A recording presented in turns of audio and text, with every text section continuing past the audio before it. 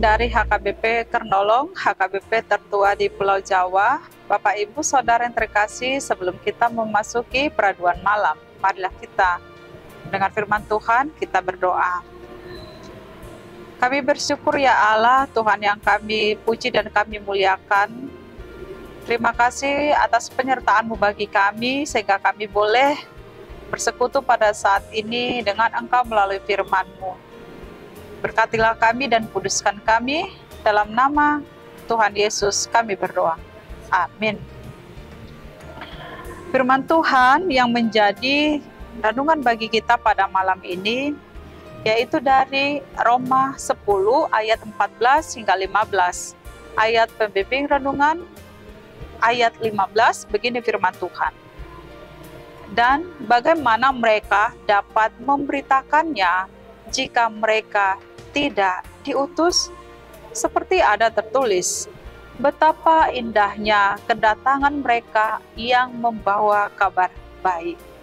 Demikian firman Tuhan. Diutus membawa kabar baik.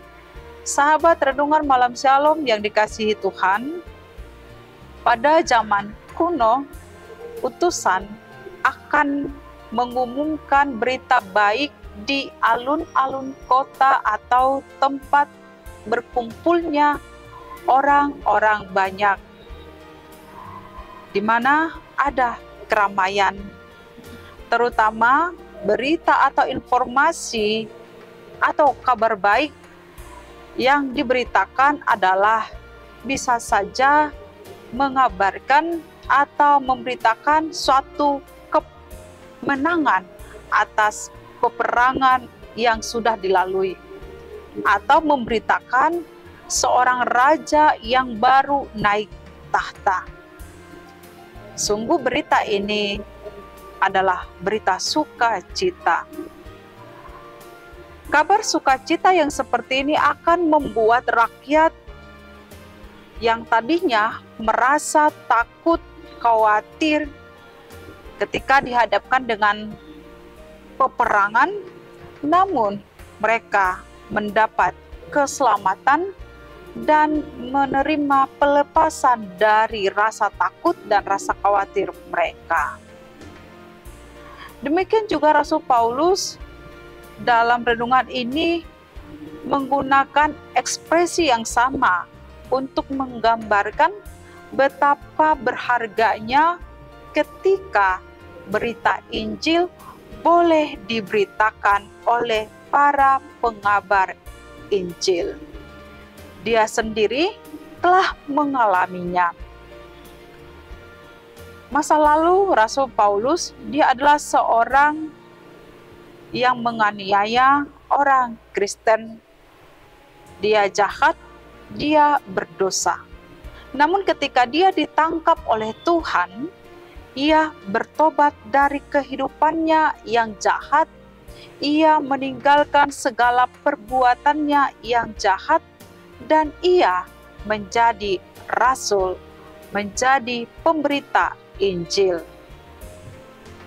Dia dipakai Tuhan untuk mengabarkan kabar baik tentang Injil. Mengapa dia melakukannya? Tentu ini bukan karena kemampuannya, tetapi karena kuasa Tuhanlah yang menangkap dan memampukan dia untuk memberitakan Injil atau kabar baik tersebut. Ada seorang tokoh yang bernama Billy Graham, seorang penginjil yang terkenal.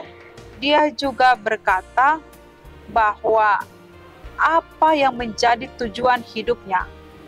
Dia katakan seperti ini, seumur hidup harus berfokus pada satu tujuan, yaitu untuk membangun hubungan pribadi dengan Tuhan.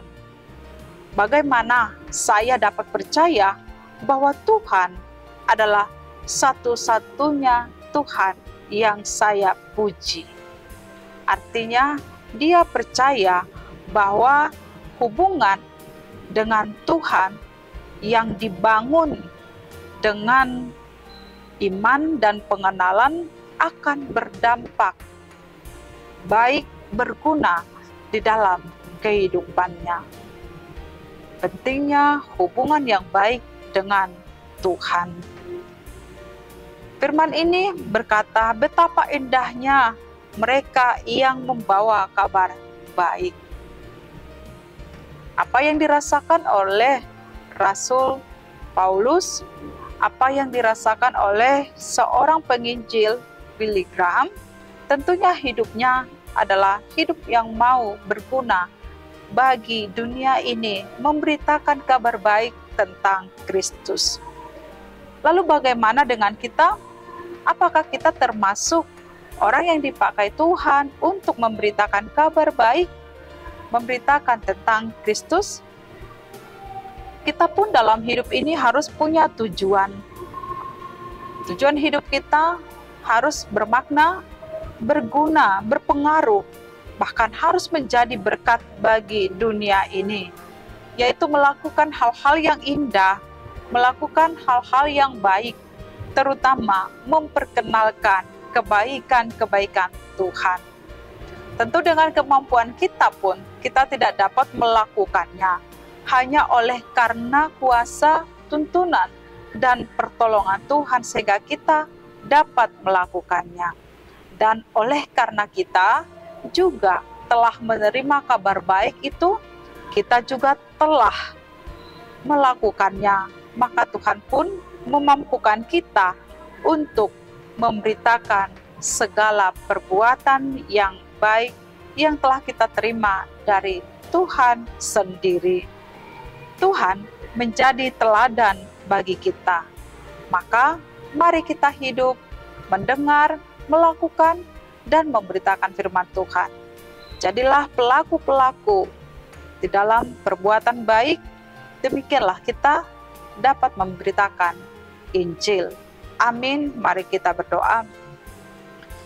Kami telah merasakan kebaikan-Mu Tuhan, menerima setiap firman dan pengajaran-Mu. Itulah yang mengajari kami, supaya kami hidup melakukan seturut dengan kehendak-Mu, menjadi contoh dan teladan bagi orang di sekitar kami.